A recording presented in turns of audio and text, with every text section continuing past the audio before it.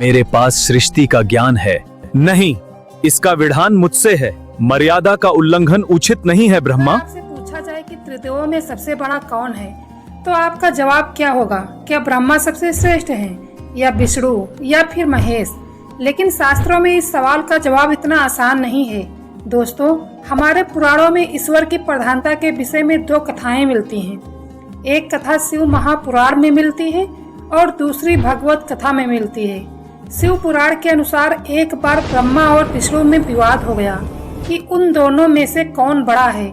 जब विवाद इतना बढ़ गया कि उन दोनों में युद्ध की नौबत आ गई, तब उन दोनों के मध्य एक बड़ा सा अग्नि स्तंभ प्रकट हो गया। अब उन दोनों ने यह निश्चय किया कि जो भी पहले इस अग्नि स्तंभ की अंत को पा लेगा वही श्रेष्ठ है। भगवान विष्णु उस स्तंभ के अंत को पाने के लिए नीचे की ओर गए और ब्रह्मा जी ऊपर की तरफ गए। दोनों में से कोई भी उस अग्नि स्तंभ के अंत को पाने में सफल नहीं रहा। भगवान विष्णु ने तो अपनी हार स्वीकार कर ली, परंतु ब्रह्मा जी ने असत्य कहा कि उन्हें अंत मिल गया, इसलिए मैं श्रेष्ठ हूँ।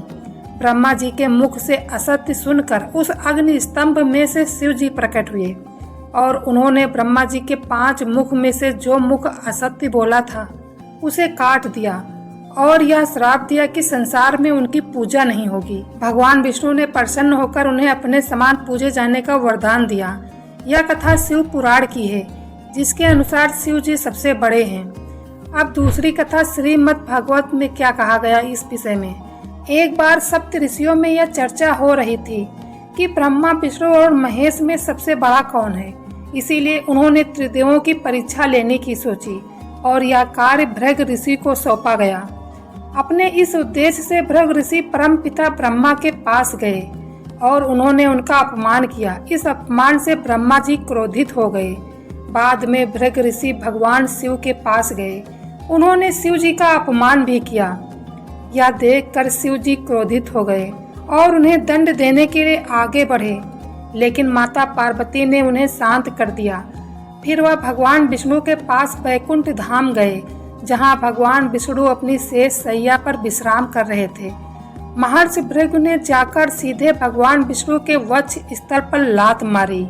इनके इस कृत्य से भगवान विष्णु को तनिक भी क्रोध नहीं आया और उन्होंने भृग के पैर पकड़ लिए और कहा, महर्षि, आपके पैर में कहीं कोई चोट तो नहीं लगी? मेरा वक्ष स्थल बहुत ही कठोर है और आपके पैर तो बहुत ही कोमल है।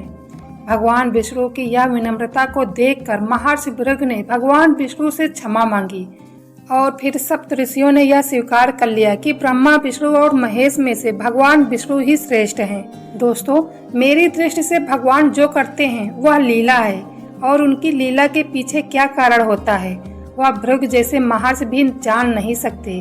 ब्रह्मा, विष्णु और महेश तो सर्वज्ञ हैं। उन्हें जरूर ज्ञात हो गया होगा कि भृगु उनकी परीक्षा ले रहे हैं। ऐसा ना होता तो वह भृगु ऋषि को दंड जरूर देते।